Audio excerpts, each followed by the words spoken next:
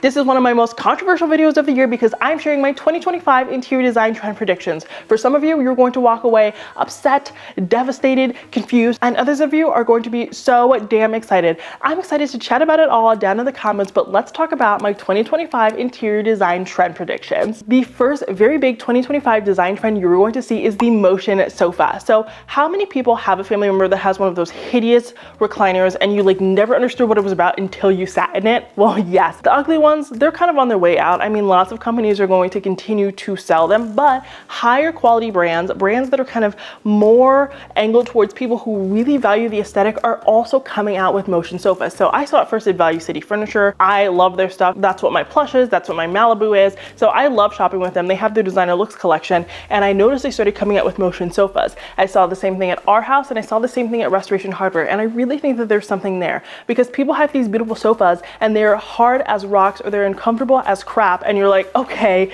looks great, but I'm sitting on the floor or I'm laying in bed all day. I want something more. And I think the motion sofa is going to be like that all-in-one sort of thing. I never in a million years expected this to be a trend, but I think I didn't understand or I didn't conceptualize how well they were going to be able to hide the panels and things like that to make it work really well. Something else I've noted about these motion sofas is they've kind of done the cord management for you. So most of them have USB-C and A chargers built in there. They have cup holders built in there. Some of them have lights built in, and the cables are really expertly hidden behind the sofa so that you don't need 50 million cords to set up this reclining entity. So I think this is something to definitely look out for in 2025, and I think this is something that's going to be long-standing because I think this is what we've wanted all along. It just wasn't there yet in terms of aesthetics. Another interior design trend that I think is going to be super duper hot in 2025 is it's one that's going to get you all in a freaking tizzy, so I'm ready for you right now. I'm ready for the keyboard warriors. That is white wall paint. So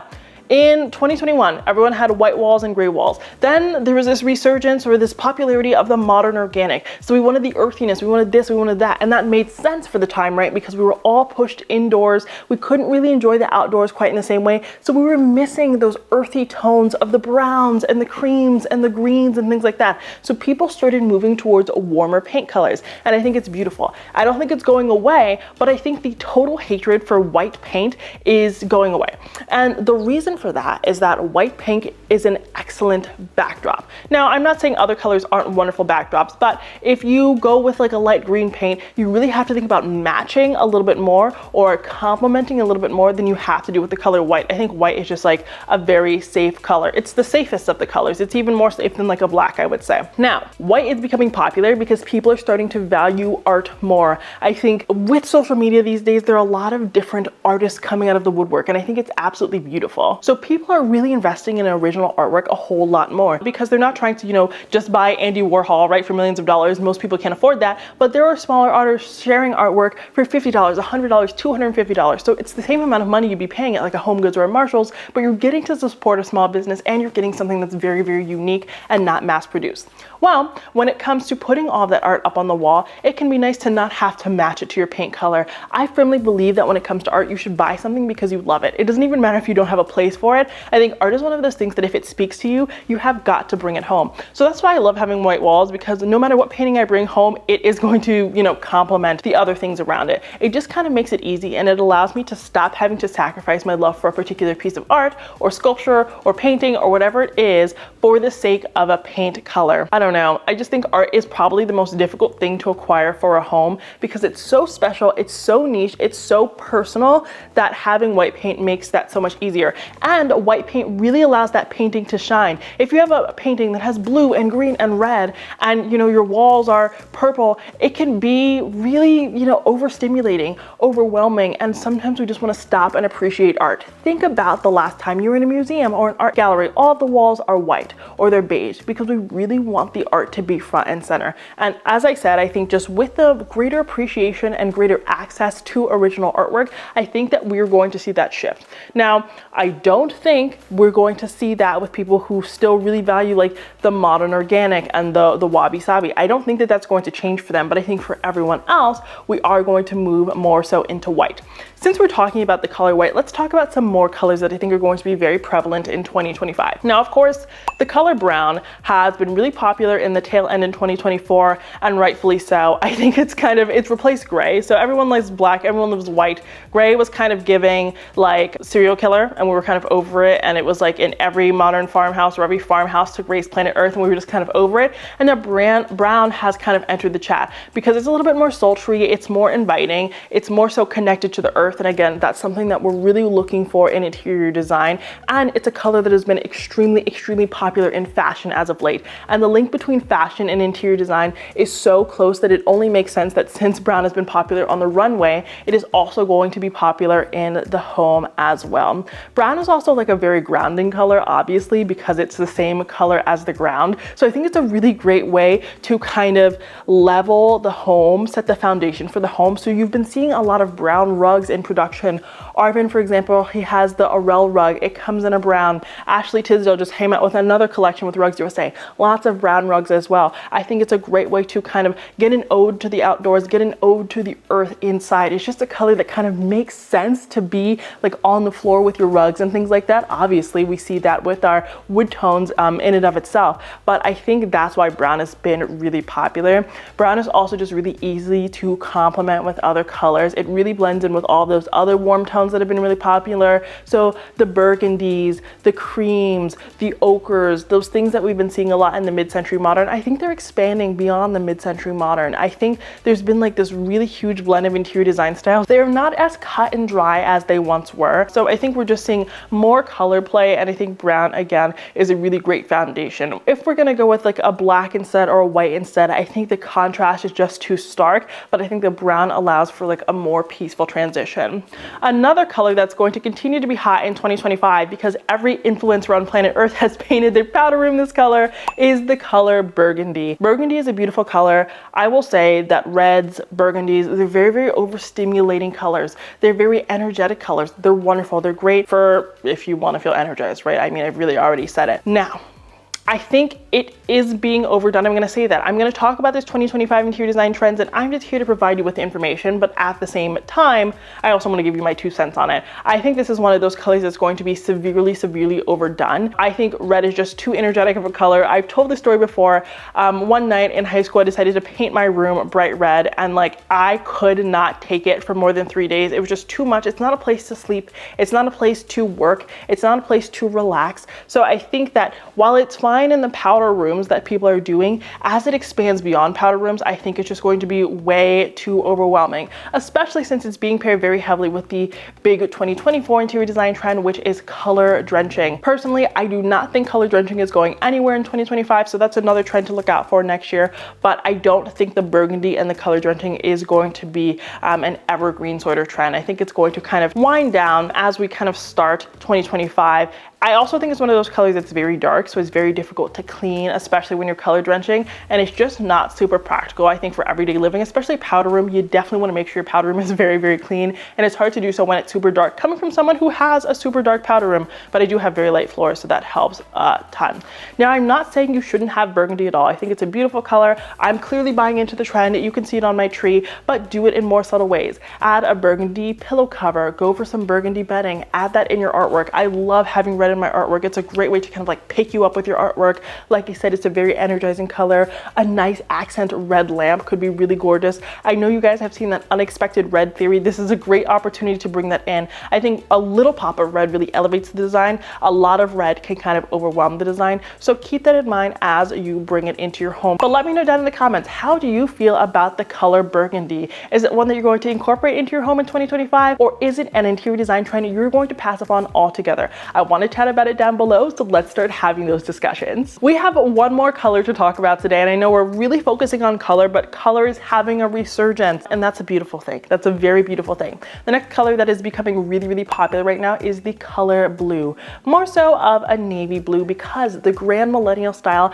is having a huge uptick in popularity. There are lots of people who are kind of doing the really classic grand millennial blue, green, and white. Very southern feeling. It feels very much so like home. It's a very good combination of the modern and the traditional, and I think that's why it's becoming oh so popular. I also personally am very partial to the design style because of the monogramming that's involved, and the stitching and the embroidery. And the embroidery was actually something that became really popular last year as a result of the bookshelf wealth trend, the cottage core trend, things like that. So I think that this is like a more palatable, is not the right word, but it's a more relaxed approach or less stimulating approach to that design style that really kind of bridges the gap. I think that blue is just such a beautiful color. Again, it's a color that we see very commonly out in the world, out in nature, and I think people find it very relaxing and very soothing. Think about the last time you went to a spa. Chances are the walls were white, blue, or green. So it's great that people are bringing that into their homes, and I think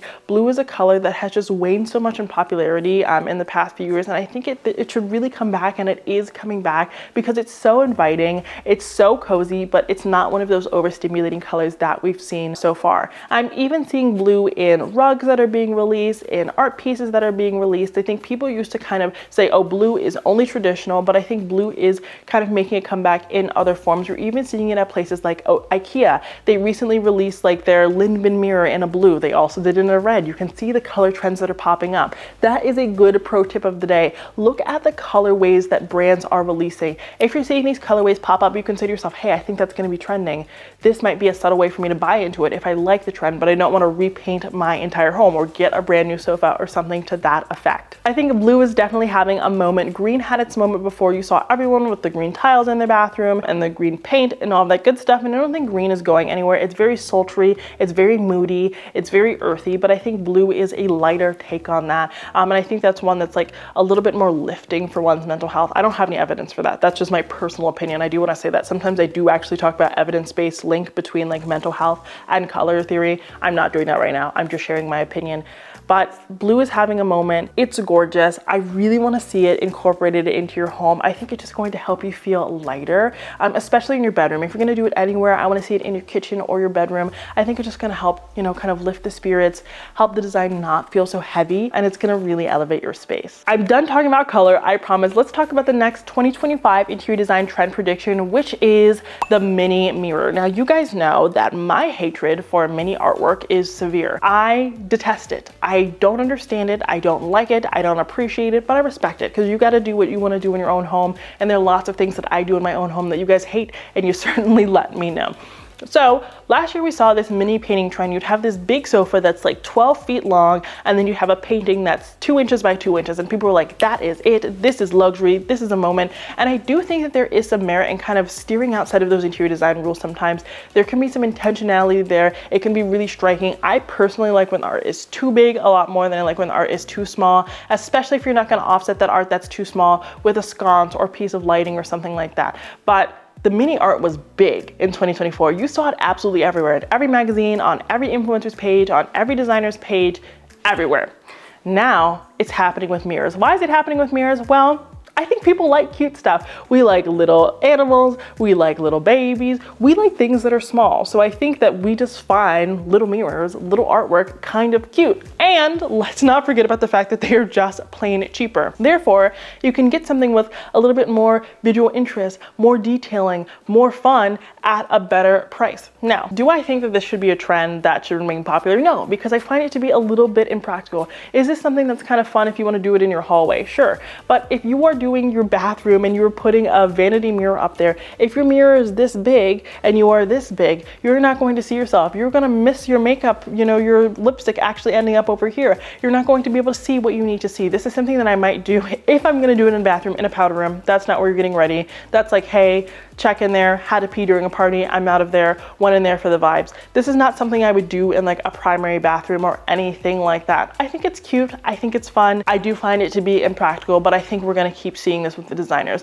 Along with this trend, let's layer it a little bit. Another trend you're going to see is kind of the mismatched mirror. So people are just having fun with mirrors. I think people are getting really into, or not I know people are getting really into vintage shopping. That means that people are finding just like cool stuff. They're finding cool stuff. So fun mirrors from the 70s, the 80s, the 90s, the 1700s, it does not matter. People are finding them and they're bringing them home. I'm actually really loving like this joy that is kind of rooted in shopping now, where people are bringing home the things that they love, even if they don't match or even if they don't inherently go together. And I think we're going to see more mismatched mirrors, just like statement mirrors, maybe bright red, maybe something that's squiggly, maybe something that's irregular, and they're just kind of bringing them home and they're plopping them wherever. And we're really messing with the scale, like I've said here. So again, I said I'm biased towards like the oversized versus like the too small. We're going to see mirrors that are way too big for the pedestal sink that they sit above, but it's going to be a moment because they're so striking in terms of pieces. So I love that we're kind of being a little bit more bold with our mirror choices, just like we should be doing with our artwork. Gold has been the accent of the season for many, many seasons now, but chrome is back. Steel is back, silver is back. People are loving the cool tones. It's a great contrast. I think people have warmed up their spaces a lot, right? We've already talked about that so much in today's video. We're doing the brown, we're doing the red, we're doing the cream, we're doing the ochre, we're doing like the warm, green. We're doing all these warm colors. We've got to cool it down somehow. We're doing that with chrome, we're doing that with silver. Gold is a warm metal, silver and chrome are cool metal. So it only makes sense that we're kind of doing that. We're seeing that with lamps, we're seeing that with mirrors, we're seeing that with the metal that's incorporated in our seating. So if we have a recliner, we're seeing some silver there. If we have like a Wassily chair, we're seeing it there. We are seeing just like little accents of chrome. Now, if you want to do this in your own home, you want to keep it, low budget. Switch out your faucet, switch out the handles on your kitchen cabinets. Do something that's really, really affordable, that's going to change the entire vibe, but isn't going to cost a pretty penny. But we're seeing little bits of chrome. Now, if you have a home that's already black, white, and gold, I probably wouldn't say add chrome because it's going to cool it down way too much. It's going to feel a little bit sterile, and I don't think you're going to love that long term. So look and assess kind of the warmth of your home right now. If it's very warm, add some chrome, add some silver. If it's not very warm, maybe stick to like the gold, the rose gold, things like that, or warm up your home in some other capacity if you're really wanting to introduce that chrome. The next interior design trend that is going to be hot in 2025 is the cottage core, or the, I don't even know what I want to call it. The modern vintage, let's call it that. This has so many different names on social media right now. I think it's cute. I think it's cute. It's giving me kind of like cabin vibes, but not, we're at Great Wolf Lodge. I think it's like a more elevated cottage or a more elevated cabin, which I do appreciate. It's one of those design trends that I feel that can kind of feel a little bit out of place, depending upon where you do it. If you have a nice big modern home with like big glass windows in the front, and then you've kind of got like this modern vintage vibe going on inside, it's a little bit confusing to me, but what does my opinion matter? It doesn't at all. If you love it, then I love that for you. I do like this trend because it is incorporating the blues, the burgundies, like those more inviting, cozy colors, but I think it's really going to come down to architecture and where you live. It's fine, it's good. I'm loving that they're incorporating really fun things like ceiling medallions and the really beautiful mantle. They're bringing that back, and most importantly, they're bringing back bookcases. Yes, people are reading again, but they didn't stop reading. We're reading on our Kindles, but people are buying books again. They're styling their bookcases with actual books on them, not just decor. So I actually love that this is kind of like this modern Victorian is kind of bringing it front and center,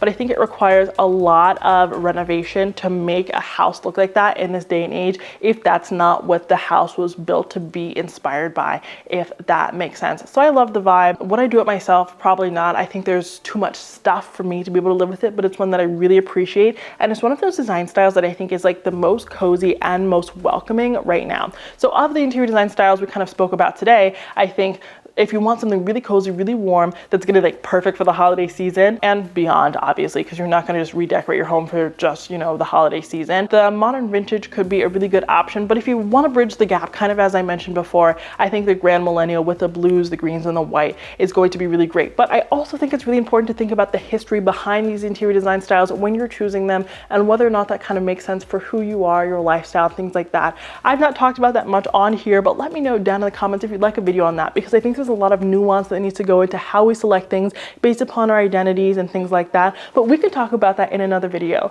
But those are my 2025 interior design trend predictions. Which ones do you predict are going to be hot? Which ones are going to be not? And which ones do you just like have bad vibes about? Let me know down in the comments. I'm so excited to chat about it. And if you like today's video, please consider smashing that subscribe button because I have new videos just like this one every Monday and Friday, and I'd love to have you as a member of our community. But until next time, have a beautiful day.